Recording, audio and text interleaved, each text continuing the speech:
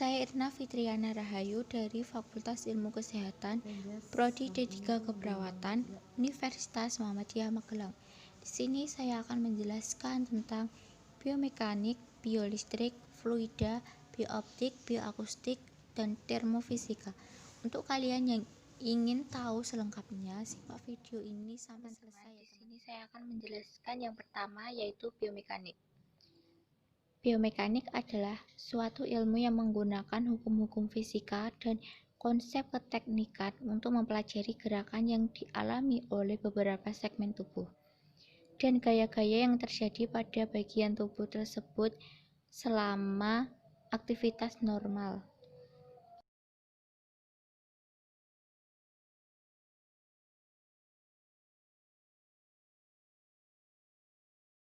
Tujuan mempelajari ilmu biomedik antara lain A. Untuk menjelaskan tiap komponen dari seluruh sistem tubuh dan interaksinya. B. Untuk mensimulasikan kondisi berbahaya sulit untuk diukur atau waktu dan biaya yang dikeluarkan untuk melakukan sebuah pekerjaan. C. Untuk memperkirakan resiko yang mungkin muncul dari sebuah pekerjaan dan memperkirakan beban maksimal yang aman untuk diangkat. Penggunaan fisika di kesehatan. 1. Fal fisika untuk menentukan fungsi tubuh meliputi kesehatan dan penyakit. 2. Pengetahuan tentang benda yang digunakan dalam kesehatan seperti ultrasonik, laser, dan radiasi. Pengukuran. Membandingkan kuantitas, besaran pokok, turunan, dan satuan. Proses pengukuran. 1. Pengukuran berulang, yaitu nilai pernafasan rata-rata. 2. Pengukuran sekali, yaitu potensial aksi pada sel saraf. Hukum dasar. Hukum Newton pertama atau kelembapan dipakai untuk mengukur suatu pengamatan. Hukum Newton kedua, F sama dengan M kali A. Hukum Newton ketiga atau aksi-reaksi. 2. Biolistrik adalah segala yang berkaitan dengan muatan-muatan ion-ion yang terdapat di dalam tubuh dan medan muatan-muatan tersebut, serta tegangan yang dibangkitkannya. Kelistrikan dan kemagnetan yang timbul dalam tubuh. Sistem saraf dan neuron. Sistem saraf dibagi dalam dua bagian, yaitu sistem saraf pusat, terdiri dari otak, medula spinalis, dan saraf perifer. Saraf perifer adalah serat saraf yang mengirim informasi sensoris ke otak atau ke medula spinalis, disebut saraf aferen. Sedangkan serat saraf yang menghantarkan informasi dari otak atau medula spinalis ke otot serta kelenjar disebut saraf eferen. Sistem saraf otonom. Serat saraf ini mengatur organ dalam tubuh, misalnya jantung, usus, dan kelenjar-kelenjar. B. Kelistrikan saraf. 1. Sel mempunyai lapisan yang disebut membran sel. 2. Dengan menggunakan mikroskop elektron, serat saraf dibagi menjadi dua tipe, serat saraf bermilin dan tak bermilin. 3. Kecepatan aliran listrik sangat bergantung pada lapisan milin. C. Kelistrikan otot jantung. Sel membran otot jantung atau miokardium sangat berbeda dengan saraf yang lain. Sel otot jantung tanpa rangsangan dari luar akan mencapai nilai ambang dan menghasilkan potensial aksi atau suatu rate yang teratur yang disebut natural rate. Natural rate sangat menentukan frekuensi jantung. 3. Fluida. Fluida adalah zat yang mengalir, yang mencangkup zat cair, alir, dan gas karena kedua zat ini mengalir. Zat alir. Suatu zat yang mempunyai sifat dapat diubah bentuknya dengan mudah di mana gaya gesek antara partikel-partikelnya sangat kecil dan dapat diabaikan. Zat cair. Jenis zat alir yang tidak ternampakkan artinya untuk merubah bentuknya diperlukan gaya yang sangat besar. Zat gas jenis zat alir yang mudah ternampakkan, artinya perubahan volume dapat terjadi dengan gaya yang kecil. Fluida statis. Fluida statis ditinjau dari ketika fluida yang sedang diam atau berada dalam keadaan seimbang. 2. Fluida dinamis.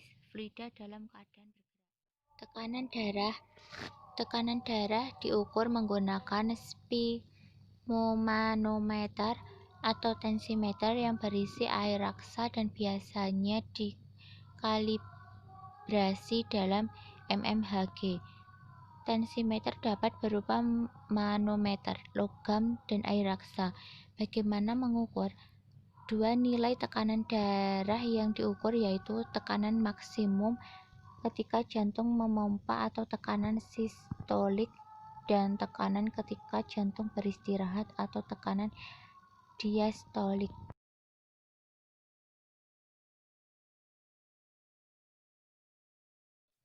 4. Biooptik. Memiliki kata biooptik tersusun atas kata bio dan optik. Bio berkaitan dengan makhluk hidup atau zat hidup atau bagian tertentu dari makhluk hidup. Sedangkan optik dikenal sebagai bagian ilmu fisika yang berkaitan dengan cahaya atau berkas sinar. Secara spesifik ada klasifikasi optik geometri dan ada optika fisis. Fokus utama di biooptik adalah terkait dengan indera penglihatan manusia, yaitu mata. Mata menjadi alat optik yang paling penting pada manusia atau makhluk hidup. Gelombang cahaya. Sifat gelombang cahaya: 1. Dapat dipantulkan atau refleksi. 2. Dapat dibiaskan atau refraksi. 3. Dapat dibelokkan atau difraksi. 4. Dapat digabungkan atau interferensi. 5. Dapat disearahkan atau polarisasi. Optik geometrik. Lensa. Berdasarkan bentuk permukaannya, lensa dibagi menjadi 2. A. Lensa yang mempunyai permukaan Ferris. 1. Lensa cembung atau konvergen atau positif. 2. Lensa cekung divergen atau negatif. B. Lensa yang mempunyai permukaan silinder. Lensa yang mempunyai permukaan silinder dan mempunyai fokus positif atau negatif. Bagian-bagian mata. 1. Kornea, yaitu selaput kuat yang tembus cahaya dan berfungsi sebagai pelindung bagian dalam bola mata. 2. Iris, yaitu selaput berbentuk lingkaran yang menyebabkan mata dapat membedakan warna. 3. Pupil, yaitu celah lingkaran pada mata yang dibentuk oleh iris, berfungsi mengatur banyaknya cahaya yang masuk ke mata. 4. Lensa. Lensa plus yang bening, berserat dan kenyal, berfungsi mengatur pembiasan cahaya. 5.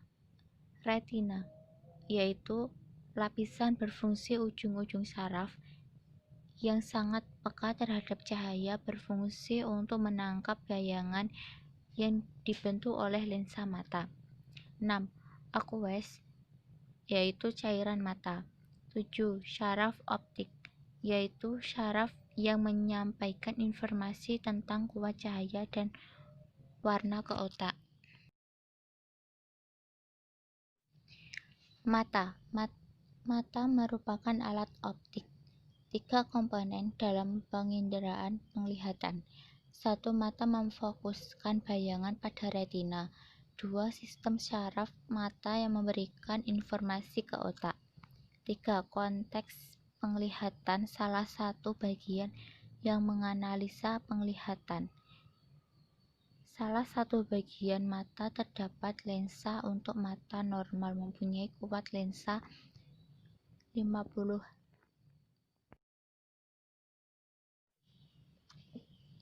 5. Bioakustik. Bioakustik berasal dari kata bio dan akustika.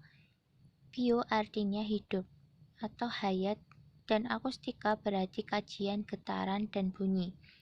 Sedangkan menurut istilah akustika berarti bagian fisik pendengaran yang tercakup dalam suatu bidang. Bioakustik adalah suatu perubahan mekanik terhadap zat gas, zat cair, atau zat padat yang sering menimbulkan gelombang bunyi. Jadi, bioakustik yaitu ilmu yang mempelajari tentang proses penerimaan pendengaran yang timbul oleh makhluk hidup. Gelombang bunyi.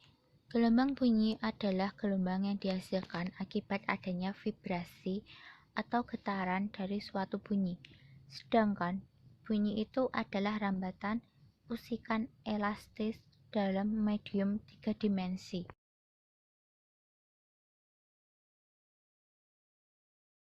Sifat-sifat gelombang bunyi yaitu A. Memantulkan, B. Diteruskan, dan kemudian C. Diserap.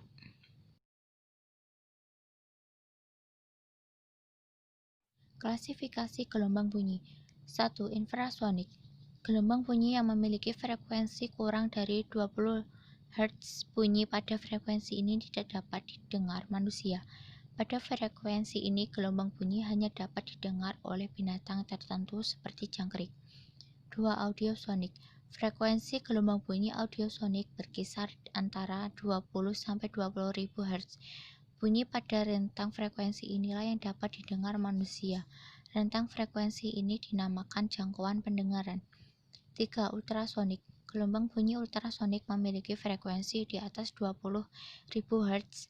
Bunyi pada frekuensi ini tidak dapat didengar manusia. Binatang yang dapat mendengar ultrasonik antara lain anjing dapat mendengar frekuensi 50.000 Hz. Kelelawar dapat mendeteksi frekuensi sampai 6. Termofisika. Termodinamika berasal dari dua kata, yaitu thermal atau berkenan dengan panas, dan dinamika atau yang berkenan dengan pergerakan. Jadi termodinamika adalah ilmu yang mengenai fenomena tentang energi yang berubah-ubah karena pengaliran panas dan usaha yang dilakukan. Pada proses ini terdapat suatu pemindahan panas dan juga bekerja suatu gaya yang mengalami perpindahan sehingga mengakibatkan terlaksananya suatu usaha. B. Metabolisme adalah jumlah total reaksi kimia atau fisika yang diperlukan untuk pertumbuhan dan membuat sel-sel yang telah mati. Ada dua kata yang terkandung dalam metabolisme, yaitu 1.